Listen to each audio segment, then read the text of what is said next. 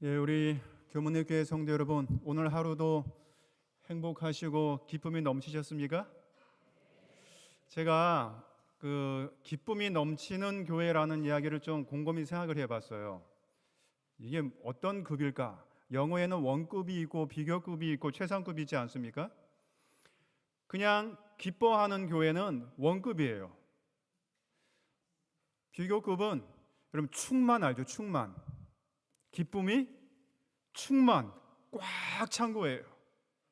이건 비교급입니다. 최상급은 뭘까요? 꽉 찬 거에서 넘치는 거예요. 넘치는 거. 넘치면 흘러가게 돼 있어요. 그래서 어떤 책을 보니까 은혜는 흐르는 것이다 이런 말이 있더라고요. 제가 참 동의를 했습니다. 은혜는 흘러야 돼요.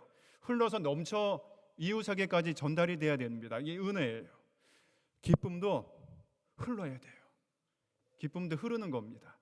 흐르면 그 기쁨의 물결을 접한 사람이 또 기뻐해요. 그러니까 기쁨으로 전도하는 교회도 있고 행복 가지고 전도하는 교회도 있는데 우리 교문의 교회는 정말 행복하고 기쁨이 넘치는 교회인 것 같습니다. 제가 오늘 특창을 들으면서 제가 또 한 번 느꼈습니다. 우리 교문의 교회는 노래를 못하면 교인이 안 되는 교회인가? 얼마나 우리 담임 목사님이 노래를 굉장히 잘하세요. 그래서 우리 담임 목사님이 레슨을 하셨나? 네, 정말 아름답고 감동적인 찬양이었습니다. 그렇지 않습니까? 제가 이 노래 굉장히 좋아합니다. 그 가운데 사랑할 때 그때 그 화음이 얼마나 아름다운지 몰라요. 꽉 찼어요. 정말 사랑과 행복과 기쁨이 넘치는 그런 우리 교문의 교회를 우리 하나님께서 보실 때 얼마나 기뻐하실까 하는 것을 제가 다시 한번 느끼게 되었습니다. 제가 이번에 전도를 이렇게 준비하면서 이번 주가 기후가 다 있었던 것 같아요. 그렇죠?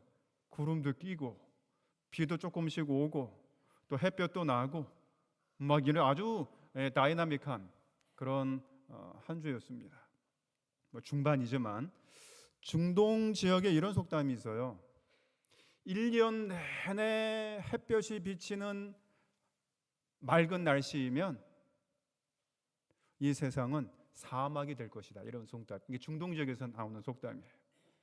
그러니까는 때로는 구름이 낀 그런 날도 있어야 되고 또 비가 오는 날도 있어야 되고 바람 부는 날도 있어야 되고 그래서 우리가 이번 주에는 모든 계절을 다 경험한 그런 한 주 그것을 지금 지내고 있지 않는가 그런 생각을 해보았습니다. 이제 오늘은 중반입니다. 여러분 교회에 다니는 사람을 뭐라고 이야기하죠? 몇 가지 용어가 있어요. 교회에 다니는 사람 그러면 성도라고도 이야기하고 그렇죠? 성도 또 교인이라고도 이야기를 합니다. 그 다음에 뭘까요? 신자라고도 이야기해요. 신자. 그렇죠? 신자가 뭐죠? 믿는 자예요. 믿는 자. 그러니까 교회에 다니는 사람을 우리들도 그렇게 부르지만 교회 밖에 있는 세상 사람들도 신자라고 불러요. 믿는 사람이라고 이야기합니다. 그러면 믿음이라는 것이 무엇일까? 사실은 이 전도회라고 하는 것은 성경의 가장 기초적인 가장 보편적인 진리를 우리가 하나하나 터치해 가면서 우리의 믿음의 본래의 의미를 되새기는 주간이에요. 그래서 오늘은 믿음에 대해서 제가 좀 말씀을 나누겠습니다. 믿음이란 무엇인가 하는 것입니다. 여기 칠판이 있습니다. 학생들에게는 익숙한 칠판이에요. 뭔가 문제가 잔뜩 있죠? 예, 학생의 머리를 싸매고 있습니다. 우리 다 이런 시절을 겪었어요. 믿음이란 무엇일까? 사람들은 문제가 생기면 본능적으로 그 문제를 풀려고 합니다. 그 본능이에요. 그렇죠?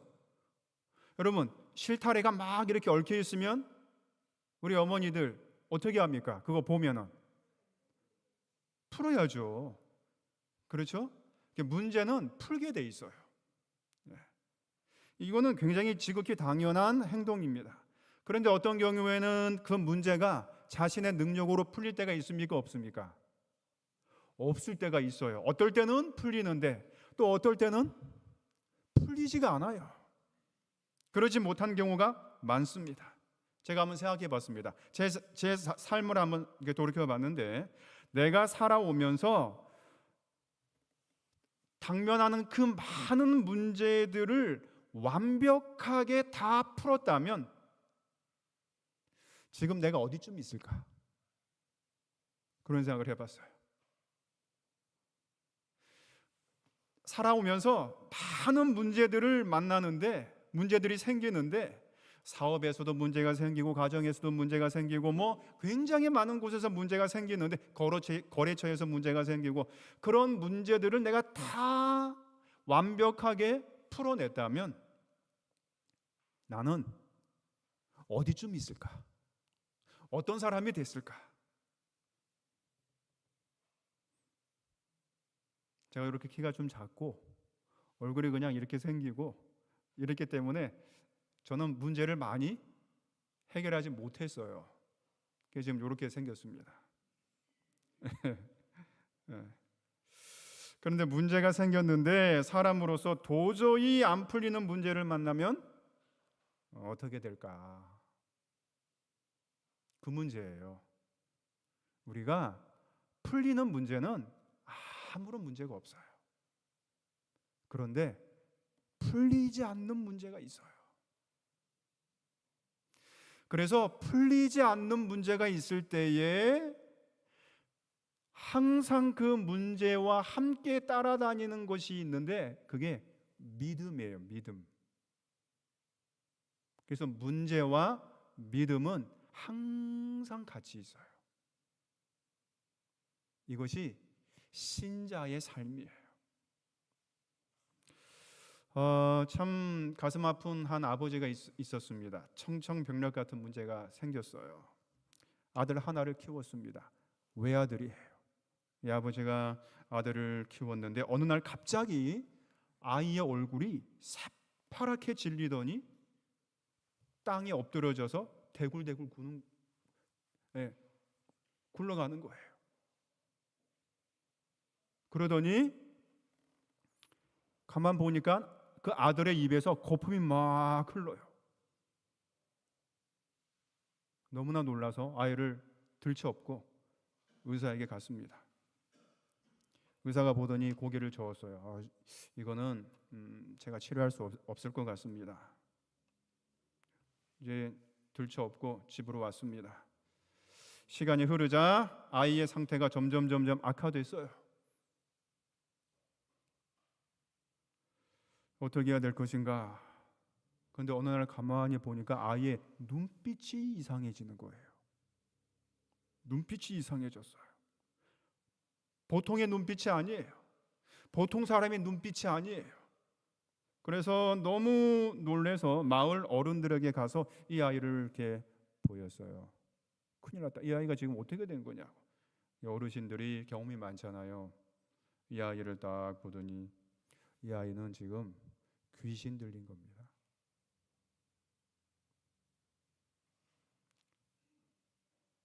상상해서 그려봤어요. 수척한 얼굴이에요. 하늘이 무너지고 땅이 꺼지는 충격을 받았습니다. 여러분, 인생에서 이보다 더 큰 문제가 있을까 하는 거예요.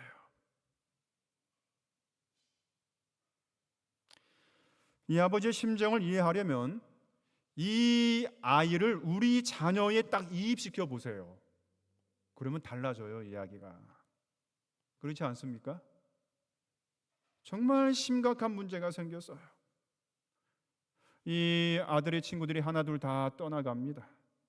동네에서는 이 부자 아버지와 아들을 보는 눈이 이상해요. 잘 다가오지 않습니다. 어떻게 해야 되겠어요?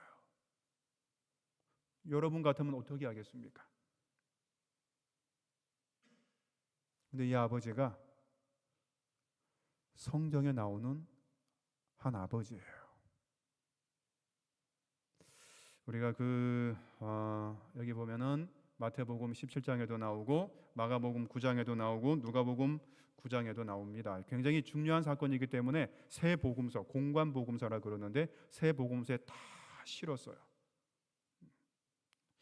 이 이야기를 살펴보기 전에 잠깐 몇 가지를 좀 생각해 보려고 합니다. 고난이 이제 생기지 않습니까? 발생하지 않습니까? 여러분, 고난은 그리스도인들을 비켜갑니까? 그리스도인이라고 고난이 싹 문제가 오는데 탁 비켜가요? 문제나 고통은 하나님을 알지 못하는 세상 사람들에게만 옵니까? 아니죠. 모든 사람들에게 다 와요. 하나님을 믿노라고 하는 신자들에게도 문제가 생기고 고난이 오고 고통이 와요. 세상 사람들에게도 고통이 옵니다. 그러면 차이가 뭐예요? 차이가 뭐예요? 그리스도인과 세상 사람들의 차이가 뭘까요? 똑같이 고난받고 똑같이 고통을 받으면 차이가 뭘까? 제가 이 주제로 정말 오랫동안 곰곰이 생각을 했어요. 이거는 제가 지금 이 전도회를 위해서 제가 준비한 게 아니에요. 고민을 굉장히 많이 했어요. 그 차이가 뭘까? 여러 가지가 있는데 시간상 딱 한 가지만 제가 이야기를 하겠습니다. 신자는 고난이 올 때에, 고통이 올 때에 대처하는 자세가 달라요. 대처하는 자세가 다릅니다. 하나님을 알지 못하는 사람들은 자신의 실력이나 능력으로 풀어보려고 합니다. 그나마 다행이에요. 그런데 제가 어저께 이야기 드렸죠. 100% 우리의 행동이 100% 우리의 결과로 좌우되기에는 이 세상이 너무 복잡해졌다 그랬죠. 그거 갖고는 안 되는 것 같아요. 우리 능력 가지고는 안 되는 것 같아요. 세상은 우리의 재능이나 우리의 실력을 보고 금방 답을 이렇게 내주지 않아요. 그러면 그리스도인들은 문제를 만나거나 고통을 만나면 어떻게 하는가 봤더니, 저도 그렇고 제가 가만히 관찰을 했더니 고통을 당하거나 문제가 딱 발생이 되면 그리스도인들은 이거를 하더라고요. 이거를 해요. 이게 뭐죠? 확인을 해요. 확인.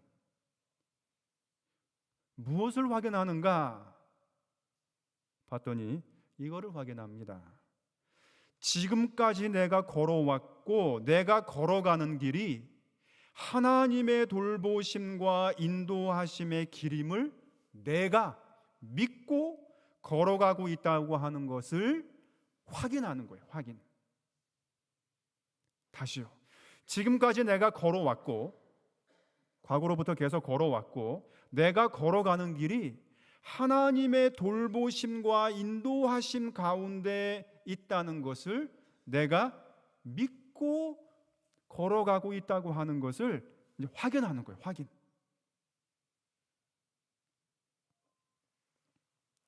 이 사실을 확인하는 것과 확인하지 않고 살아가는 것은 큰 차이가 있어요.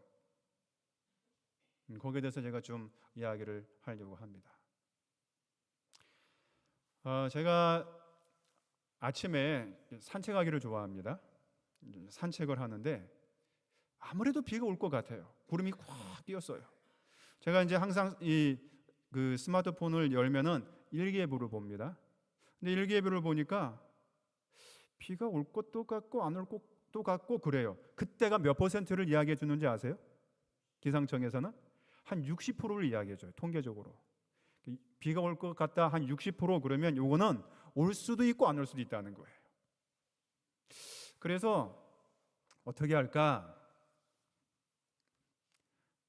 제가 우산을 갖고 갔어요. 왜 그러냐면 우산을 가지고 비가 안 왔어요. 제가 막 나갈 때에는.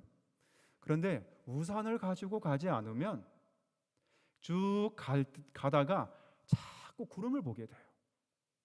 그리고 비가 한두 방울 뚝 떨어지면 어떨까요? 제가 불안할까요? 안 불안할까요? 여러분 다 그렇잖아요. 불안해요. 그래서 걸음걸이가 되게 빨라져요. 그런데 제가 우산을 딱 가지고 가면 비가 안 와도 마음이 어때요? 편해요. 한두 방울 떨어져도 급하게 걸어가지 않아요. 그리고 그거 다 맞아요. 한두 방울. 뭐가 있기 때문에? 우산이 있기 때문에 그래요. 제가 뭘 확인한 겁니까? 내 손에 뭐가 있어요? 우산이 있어요. 그래서 우산이 없을 때에는 한두 방울 뚝뚝 떨어지면 막 빨리 걷거나 뛰거나 처마 밑에 막 이렇게 가려고 하거나 이러는데, 우산이 있으면 그러지 않아요. 한두 방울쯤은 그냥 애교로 맞아줘요.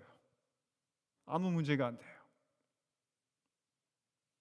오늘도 제가 산책을 했습니다. 제가 이제 그 중랑천 고수부지가 이렇게 있는데 거기에 이제 맨발로도 걷고 뭐 굉장히 많아요 거기. 근데 거기에 그 구청에서 정말 아름다운 코스모스를 이렇게 조성을 해놨어요. 거기를 제가 매일 이렇게 걷습니다. 이렇게 얼마나 아름다운지 몰라요 코스모스. 근데 제가 걸으면서 저쪽에 보니까 한 노인이 있는데 허리가 구부정하시고, 제가 이렇게 좀 이렇게 가보니까 손도 막 이렇게 떨리시는 것 같아요. 근데 이분이, 우리 보통 사진 찍으면 휴대폰으로 갖고 찍잖아요. 근데 이분은 사진기를 갖고 오셨어요. 굉장히 큰 사진기예요. 렌즈도 이렇게 코가 이렇게 길게 나오고, 이건 뭔가 전문적인 뭐 이런 사진기예요. 그래서 제가 멀리서 보면서 아우 저 노인네가 저런 사진을 가지고 손이 떨리는데 어떻게 찍을까? 그래서 이제 가면서 유심히 이제 이렇게 봤어요. 그랬더니 사실 손이 막 떨리면 셔터 누를 적에도 그렇고 이게 초점이 잘 안 되죠. 흐리잖아요. 흔들리고. 그런데 그 어르신이 사진을 찍는데 저는 그게 지팡이인 줄 알았어요. 멀리서 봤는데. 근데 가까이 보니까 그 삼각대, 그 지지대예요. 그 지지대에 카메라를 이렇게 딱 얹어놓고 사진을 찍으니까 허리가 구부정하시든지 손이 떨리든지 아무 문제가 안 되는 거예요. 사진을 이렇게 유심히 보시고 그 꽃을 유심히 보시고 이렇게 탁탁 찍어 나가시는 거예요. 그래서 제가 오늘 이제 믿음에 대한 주제를 가지고 이제 준비를 했는데, 믿음이라고 하는 게 이런 것일 수도 있겠다. 제가 알았어요. 손이 떨려도 허리가 구부정해도 삼각대가 있으면, 흔들리지 않는 그 지지대가 딱 받쳐주면 얼마든지 할 수 있구나. 저것이 우리가 이 험난한 세상에 우리의 시야를, 우리의 가정을 막 흔들 때에 딱 버텨주는 믿음의 지지대구나. 그것을 오늘 아침에 좀 느꼈습니다. 그러면서 제가 요즘 존경하는 여러 사람들 가운데 한 사람이 있습니다. 여러분들 속으로는 한강 아니야? 그러겠죠? 한강 말고 제가 외국 사람인데 제가 꽤 설교 시간에도 많이 이야기를 합니다. 모건 하우젤이에요. 대단한 사람입니다. 지금 이 사람은 책을 내면 천문학적으로 팔리는 사람이에요. 금융계에서는 뭐 얼마나 해석을 잘하는지 몰라요. 금융이라고 하는 거는 막 계산을 막 하면서 뭐 이렇게 그런 건데 거기에 감성을 실어가지고 책을 잘 표현했어요. 그래서 최근에 미국 비즈니스 편집자 및 작가 협회에서 수여하는 최우수 비즈니스 상을 받고 뉴욕 타임스 시드니 상을 2차례나 수상한 사람입니다. 지식이 얼마나 많은지 몰라요. 금융과 뭐 이런데. 근데 이 사람이 글을 하나 썼는데 참 제가 이 글을 보면서 많은 걸 느꼈어요. 여기 보면은 이제 그 사람에게는 예쁜 딸이 있었어요. 이 글을 쓰는 지금 내 딸은 1살 정도 되었다. 그러니까 우리나라로 말하면 2살쯤 되겠죠. 모든 것을 궁금해하고 엄청나게 학습이 빠르다.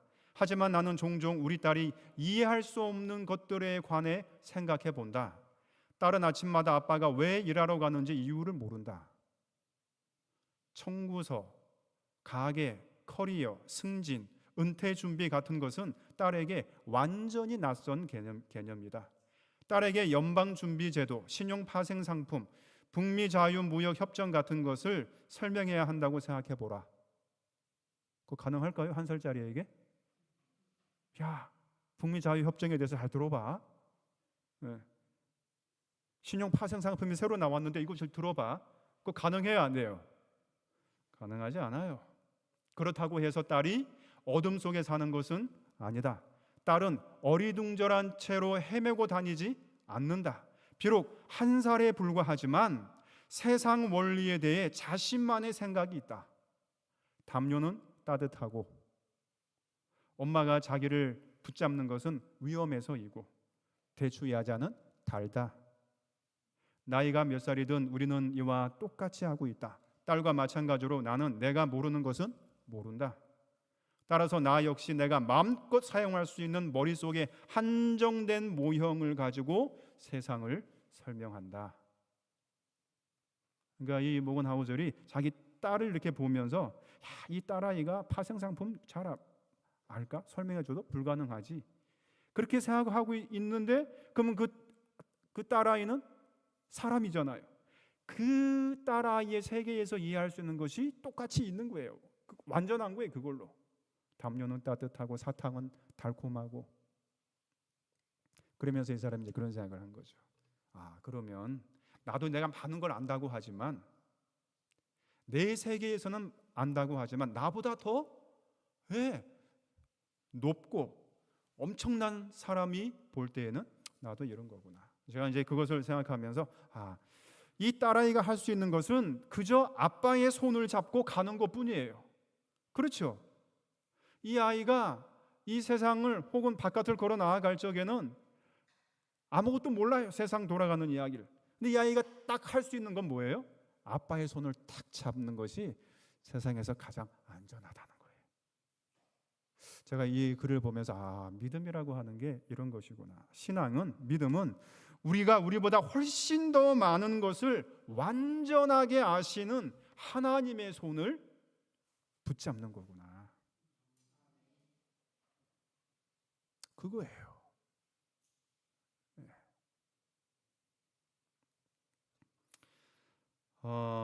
우리 교문교회 우리 성도 여러분, 제가 그림을 잘 그리게 생겼습니까? 그림을 잘 못 그리게 생겼습니까?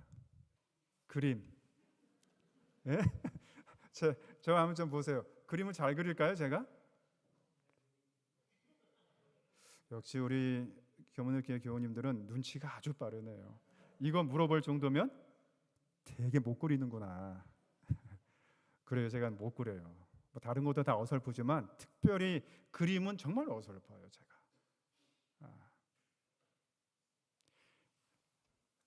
이 엄지손가락 5개의 엄지손가락이라고 보면 돼요. 그림을 그리면 제가 초등학교 때, 저는 이제 국민학교 때였는데 아직도 생생합니다, 기억이. 제가 아는 정말 친한 친구는 그림을 너무 잘 그려요. 미술 시간이 됐어요. 그림을 그리는데 저는 뭐 그림에 대해서 관심도 없고 잘 못 그리니까. 근데 그 친구가 그림을 그리는데 너무 잘 그리는 거예요. 뭘 그렸냐면 지금도 생생해요. 파란 하늘에 소나무. 소나무를 이렇게 쫙 그리고 그다음 그 가지를 쫙 그리고 이러는 그림이에요. 그래서 저는 아이디어가 없으니까 저 친구 따라 해야 되겠다. 그리고 이제 저도 이제 그림을 그린 거예요. 똑같은 그림을 그린 거예요. 그래서 이제 그림을 이렇게 대충 흉내를 냈어요. 그리고 이제 수채화로 이렇게 색칠을 하는데 제가 어설프다 그랬잖아요. 제가 뭐부터 색칠을 했냐면 나무부터 칠을 했어요. 쫙 나무색으로 쫙 가지도 막 쫙 이렇게 그렸어요. 다 그리고 보니까 이제 문제가 생긴 거예요. 이제 무슨 색 어디를 칠해야 돼요? 하늘을 칠해야 돼요. 하늘. 그 전체 여백을. 이거 어떻게? 그래서 이제 칠을 한 거예요. 칠을 하긴 했어요. 위쪽으로는 아무 문제 없어요. 근데 이제 가지가 촘촘히 있는 그 사이로 이제 색을 칠해야 되는 거예요, 제가. 그러니까 제가 그림을 정말 못 그리는 거죠. 제가 한참 지나고 보니까 순서가 잘못된 거예요. 뭐부터 그렸어야 되는 거, 칠해야 되는 거예요. 하늘을 다 칠해 놓고 그 다음에 이제 나무 이제 가지를 이렇게 색칠을 해야 되는데 저는 거꾸로 했던 거예요. 그래가지고 그거를 이제 가지 사이에 색을 칠하는데 막 가지에 침범도 하고 막 너무 난잡하고 조잡해진 거예요. 망한 거예요. 망쳤어요, 그림을. 제가 그 그림을 이렇게 생각하면서 하나님을 믿고 신뢰한다는 것이 뭘까? 우리가 인생을 살 때에 하나의 화폭이라고 이렇게 생각을 하면 그 여백이에요, 여백. 그 여백에 아름다운 하늘 색깔로 쫙 먼저 칠을 해놓고 그 다음에는 내가 나무를 그리든 꽃을 그리든 원하고 싶은 것을 마음껏 그릴 수 있어요. 그렇죠? 하늘색을 다 칠했기 때문에. 아, 믿음이 이런 거구나. 사랑하는 성도 여러분, 믿음은 뭐냐면 우리 인생 시간에 하나님을 믿고 신뢰하는 것으로 먼저 색을 다 칠해 놓으면 그 다음에는 내가 계획한 거, 내가 그리고 싶은 거, 내가 하고 싶은 것 얼마든지 할 수 있어요, 자유롭게. 근데 거꾸로 되면 어떻게 돼요? 이건 참 복잡해지는 거예요. 이거를 성경에서는 이렇게 이야기를 합니다. 우리 다 함께 읽어보겠습니다. 시작. 너희 염려를 다 주께 맡기라. 이는 그가 너희를 돌보심이라. 이게 믿음이에요, 믿음. 여기 다 주께 맡기라가 뭡니까? 믿음이에요, 믿음. 우리가 어떤 것을 전폭적으로 신뢰하면 우리의 마음을 다 맡겨요. 너희 염려를 다 주께 맡겨라. 그래서 오늘 제가 이 말씀을 다시 보면서 제가 원어를 한번 살펴봤어요. 혹시 이거 이런 이 원래의 문장이 아닐까? 그러고 봤는데 이게 맞더라고요. 저는 처음에는 이렇게 생각했어요. 너희 염려를 다 주께 맡기면, 저는 그런 건 줄 알았어요. 너희 염려를 다 주께 맡기면 하나님께서 너희를 돌보아 주실 것이다. 이렇게 조건으로 봤어요. 그래서 제가 오늘 다시 이렇게 훑어봤더니 조건이 아니에요. 정말 뭐예요? 네. 하나님께서 우리를 늘 돌보시기 때문에 어떻게 하라는 거예요? 우리의 염려를, 우리의 걱정을, 우리의 계획을 다 주께 맡긴다고 하는 거예요. 우리 하나님께서는 그런 분이 아니에요. 너 염려를 다 주께 맡기면, 나에게 맡기면 그때 내가 뭘 그렇게 하지 않아요. 우리 하나님께서는 우리를 다 돌보신다고 이야기했어요. 그래서 우리가 이것을 가지고 이제 성경에 나오는 그 귀신 들린 아들, 아버지에 대해서 우리가 좀 잠깐 보려고 합니다. 이 아버지는 이 성경을 쭉 보니까 그 마태복음도 그렇고 마가복음도 그렇고 누가복음도 그렇고 이 아버지는 그런 믿음의 여백을 가지고 있지 않는 사람이었어요. 그러니까 하늘을 먼저 쫙 칠하고 그 믿음의 여백에 막 다른 거를 막 하려고 했던 그런 사람이 아니에요.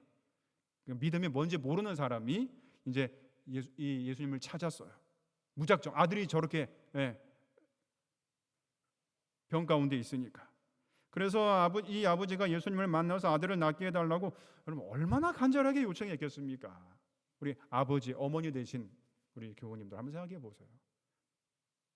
그 12년 년 동안 혈루증을 했던 여인이 그 옷자락을 잡았듯이 정말 간절하게 요청을 하는 그 중에도 성경에 보니까 이 아들은 땅을 댕굴댕굴 구르면서 경련 일으키고 거품을 흘리고 있었더라 그랬어요.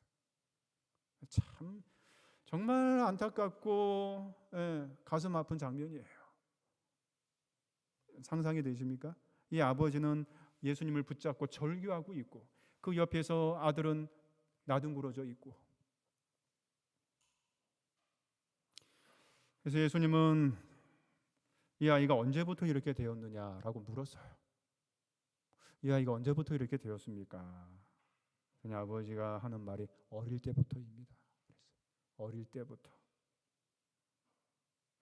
저는 성경에는 그 내용은 없지만 우리가 예수님의 품성을 제가 알기 때문에 틀림없이 이런 생각을 했을 것입니다. 예수님은 이 아이가 어릴 때부터 당했을 그 고통, 그 아픔, 그것을 이 영화 보듯이 파노라마처럼 다 봤을 거예요. 성경에 보면 이 아이가 한번 발작을 일으키면 불에도 뛰어들고 물에도 막 뛰어들고 그래서 그러니까 상처가 얼마나 많았는지. 이때에 이 아버지가 예수님을 붙들고 정말 엎드려서 뭐라고 이야기했냐면, 참 성경에 보면 이 아버지가 이 예수님에게, 우리 주님께 뭐라고 이야기했어요? 빨간 글씨. 무엇을 하실 수 있거든 우리를 불쌍히 여기사, 나와 아들을 불쌍히 여기사 도와주옵소서. 지극히 당연한 말이에요. 믿음의 여백이 없기 때문에 아버지로서 할 수 있는 최선의 말입니다. 무엇을 하실 수 있거든 그랬어요.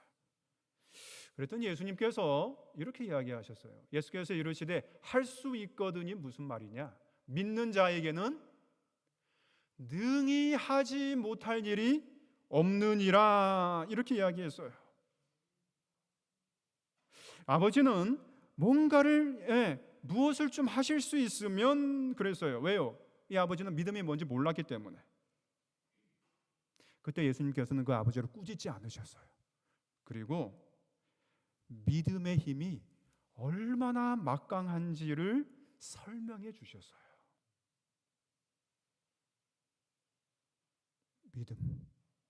믿음이 얼마나 큰 힘을 가지고 있는지를 설명해 줬어요. 믿는 자에게는 능치 못할 일이 없다. 우리 여러분 같으면 이 말을 들으면 당장 튀어나오는 말이 뭘까요?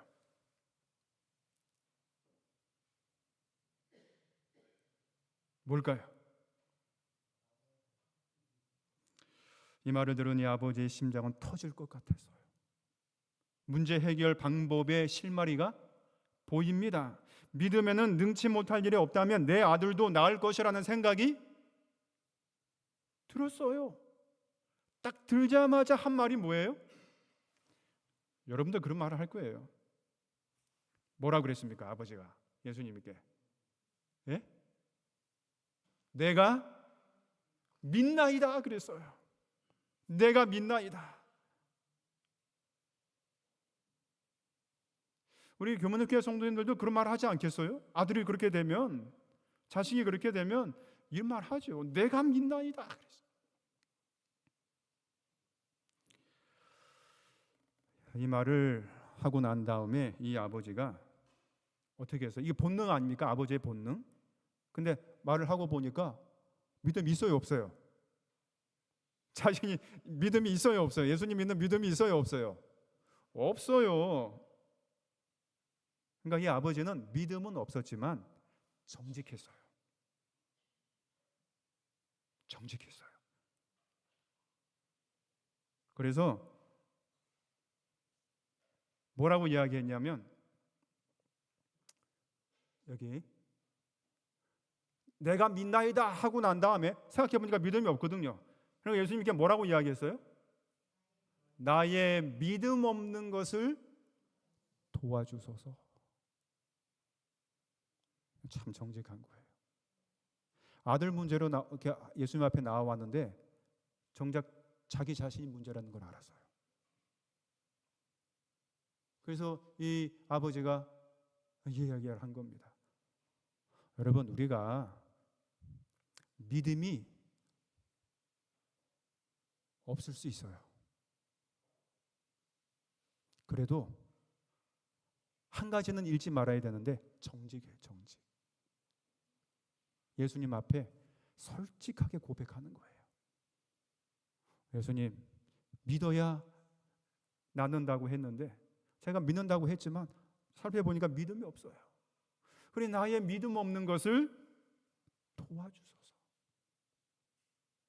도와주십시오. 믿음이 없으면 믿음이 있도록 주님께 간구하면 됩니다. 우리 여기 나오신 분 가운데, 오신 분 가운데 정말 이제 신앙이 뭔지 모르는 처음 듣는 사람들도 있을 거예요. 아니, 나는 믿음도 없고, 그런데 어떻게 하지? 성경에도 그런 사람들이 많이 있었어요. 믿음이 없으면 믿음이 있도록 주님께 도움을 요청하면 돼요. 믿음이 없으면 그것이 내 마음에 생길 때까지 한 걸음씩 한 걸음씩 주님을 향하여 나아가면 됩니다. 그때에는 촛불을 손에 들고 있는 것처럼 하면 돼요. 그럼 촛불 아시죠? 촛불. 촛불을 들고 깜깜한 어두운 길을 갈 때에는 한 가지 해야 될 일이 있습니다. 여러분, 촛불을 들고 50m, 100m를 보면서 앞을 보면서 걸어갈 수 있어요? 촛불 가지고 깜깜한 밤에 걸어갈 수 있습니까? 없습니까? 없어요. 안 보여요. 깜깜해요. 여러분, 촛불을 가지고 걸어갈 시간은 어디를 봐야 됩니까? 바로 앞, 내 발, 바로 앞을 보면 보여요. 그렇죠? 네. 촛불처럼 정말 가냘픈 믿음을 가지고 있으면 멀리 보려고 할 필요 없습니다. 보려고 해도 안 보여요. 그때는 앞을 보면 돼요. 네, 바로 앞을. 한 걸음 가면 그 다음에 또 보입니까? 안 보입니까? 또 보여요. 우리나라 속담에 천리길도 뭐라 그랬어요? 한 걸음부터. 이게 다른 말로 말하면 뭐입니까? 한 걸음이 없으면 천리도 없다는 말이에요. 그 말이. 우리의 한 걸음이 없으면 천리도 없어요. 지금 내 믿음이 아예 없거나 있어도 정말 조금밖에 없으면 이렇게 하면 돼요. 내 앞만 보면 돼요. 앞만. 그리고 한 발자국 내디디면 또 보이는 거예요. 그래서 저는 우리 교우님들에게도 이야기하는데 믿음은 자동문을 여는 것과 같다 그렇게 이야기합니다. 자동문. 여러분 자동문 되게 많죠. 우리 이제 막 병원에도 있고 어딜 가도 뭐 다 자동문이에요. 예. 그 자동문은 어떨 때 열립니까? 네? 뭐 10m, 20m에서 딱 이제 열려라 그러면 열려요? 자동문이? 아니죠. 어떻게 해요? 바로 앞에까지 가야 돼. 앞에까지 가면 이 딱 열려요. 이 아버지가 그렇게 했어요. 내가 믿고는 싶은데 내가 정말 믿음이 없습니다. 그러니 내 믿음 없는 것을 예수님 도와주십시오.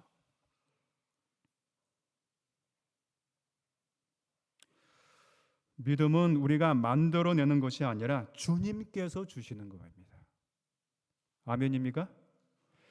믿음은 우리가 만들어내는 게 아니에요. 주님께서 주시는 거예요. 정말 그래요? 제가 보니까 에베소서 2장 8절에 보면 너희는 그 은혜에 의하여 믿음으로 말미암아 구원을 받았으니 이것은 너희에게서 난 것이 아니요 뭐라 그랬습니까? 하나님의 선물이라 그랬어요. 근데 우리가 보통 하나님의 선물 그러면 구원만 생각해요. 구원. 그렇게 우리가 생각을 하죠. 근데 이 말씀을 자세히 보면 은혜도 하나님의 선물이고 믿음도 하나님의 선물이고 구원도 하나님의 선물이에요. 여러분 선물이 헬라어로 도레야 혹은 도론이에요. 그게 선물이에요. 근데 이거는 동사 어디에서부터 나오냐면 디도미, 주다라는 곳에서 나와요. 주다. 주다. 내가 너에게 준다. 주다라고 하는 동사에서 나온 것이 선물이에요. 선물. 하나님께서 주시는 거예요. 여러분 믿음도 주시는 거예요. 그래서 우리가 구원을 믿음으로 말미암아 얻는 구원의 그것은 하나님께서 전적으로 다 주시는 거예요. 우리는 뭐만 하면 아버지처럼 이 아들의 아버지처럼 뭐만 하면 하나님 제 믿음 없음을 불쌍히 여겨주시고 도와주십시오. 좀 도와주십시오. 우리 주님께서 이렇게까지 약속을 해 놓으셨는데 이 아들의 아버지에게 믿음을 주셨을까요? 안 주셨을까요? 주셨을까요? 주셨죠. 네, 참 감동적인 그림입니다. 예수께서 어떻게 했습니까? 더러운 귀신을 꾸짖으시고 믿음 없는 아버지를 꾸짖지 않았어요. 예수님은 여기 그 아이를 어렸을 때부터 괴롭게 하고 고통을 주고 상처를 주었던 이 사탄을, 귀신을 꾸짖으시고 그 다음에 어떻게 했어요? 아이를 낫게 하사. 믿음이 작동됐다는 말이에요. 이 아버지의 믿음이 작동이 된 거예요.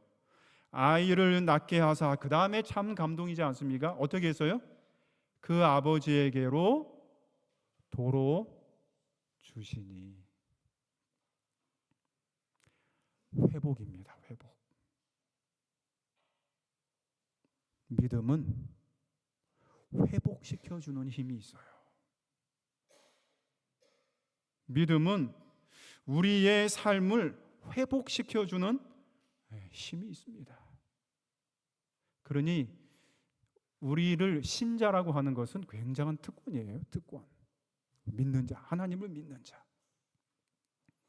그토록 소원이었던 이 아버지에게 우리 주님께서 선물을 두 가지를 주셨어요. 그러니까 이 아버지는 예수님으로부터 선물 두 개를 받았습니다. 하나는 아들이 낳은 거. 얼마나 기뻤습니까? 얼마나 기뻤겠어요. 아들이 낳은 거예요. 더 이상 거품을 물지 않아도 돼요. 더 이상 대굴대굴 굴지 않아도 됩니다. 온전해졌어요. 이 아이의 얼굴을 보세요. 온전해졌어요. 그 다음에 두 번째로 그가 받은 선물은 믿음을 가지게 되었어요. 믿음. 그래서 이제 이 아버지는 삶을 살아가면서 문제가 생길 때마다 이 믿음을 사용하면 되는 거예요. 이 믿음을 사용하면 됩니다.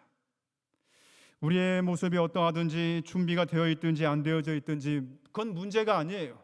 우리가 문제가 생기면 무조건 예수님 앞으로만 가면 돼요. 내 믿음이 있고 없고 그거를 살펴보는 게 아니고 문제가 생기면 그거 살펴볼 시간이 있는 게 아니라 무조건 예수님 앞에 가면 되는 거예요. 가서 어떻게 해요?